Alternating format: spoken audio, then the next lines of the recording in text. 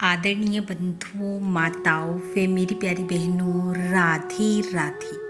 आप सभी का हमारे YouTube चैनल जीवन की धारा पर बहुत बहुत स्वागत है।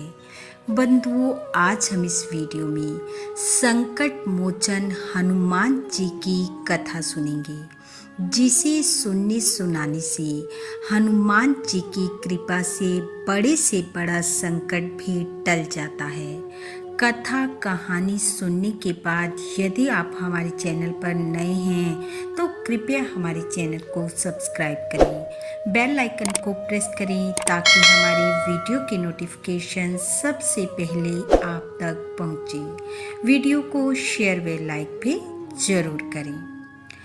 कथा के अनुसार एक समय लंका विजय के बाद भगवान राम से मिलने भगवान शिव व माता पार्वती अयोध्या नगरी पहुंचे।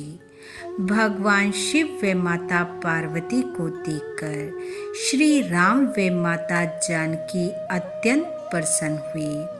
माता जानकी ने उनका प्रेम भाव से आदर सत्कार किया और फिर स्वयं भोजन बनाने के लिए रसोई घर में चली गई।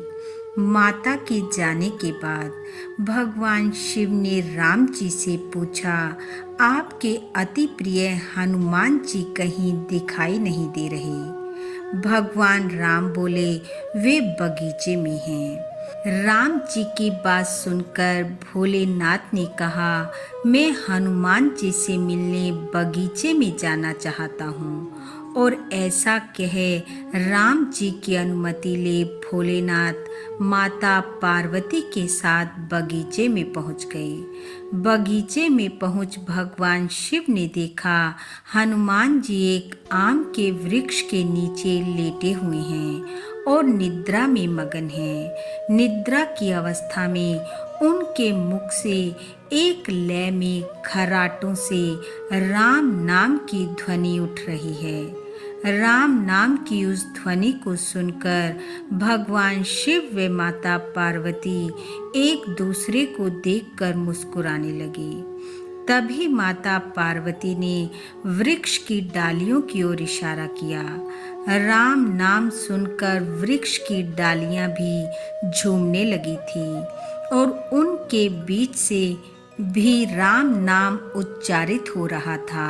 भगवान शिव भी राम नाम की धुन में मस्त होकर राम राम कहने लगे और नृत्य करने लगे। माता पार्वती अपने पति का अनुसरण करने लगी और राम नाम में मस्त हो गई।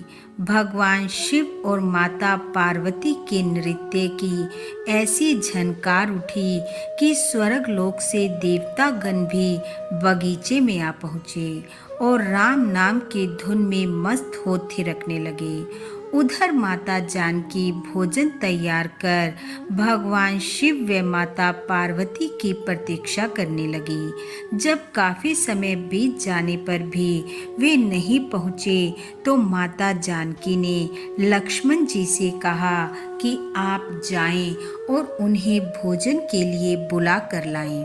माता की आज्ञा से लक्ष्मण जी बगीचे में पहुँचे, पर जब वहाँ उन्होंने स्वर्ग का नज़ारा देखा तो खुद भी राम नाम की धुन में झूम उठे।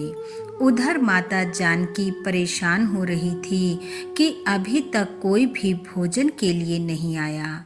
तब उन्होंने स्वयं भगवान राम से कहा कि चलो हम ही जाकर उन सब को बुला कर लाते हैं। जब भगवान राम व माता जानकी बगीचे में पहुँचे तो देखा वहाँ राम नाम की धूम मची हुई है और हनुमान जी गहरी नींद में सो रहे हैं। उनके खर्राटों से लगातार राम नाम की ध्वनि गूंज रही है। यह देखकर दोनों भाव विह्वल हो उठे। राम जी ने हनुमान जी को नींद से जगाया और प्रेम से उनकी तरफ निहारने लगे। हनुमान जी अपने प्रभु को आया देख शीघ्रता से उठ खड़े हुए और नृत्य का समय भंग हो गया। भगवान शिव मुक्त हृदय से हनुमान जी की राम भक्ति की सराहना करने लगे। यह सुन हनुमान जी सकुचाए, लेकिन मन ही मन खुश हुए। तब भगवान सिया राम ने भोलेनाथ व माता पार्वती से भोजन करने का आग्रह किया। सभी भोजन करने के लिए चल पड़े। माता जानकी भोजन परोसने लगी। भगवान राम ने हनुमान जी को भी भोजन करने के लिए बैठने को कहा। राम जी की आज्ञा से हनुमान जी भोजन करने बैठ तो गए, परंतु आदत ऐसी थी कि पहले राम जी भोजन करते थे और बाद में हनुमान जी। आज राम जी के आदेश से पहले भोजन करना पड़ रहा था। माता जानकी हनुमान जी को भोजन परोसती जा रही थी, पर हनुमान जी का पेट भर ही नहीं रहा था।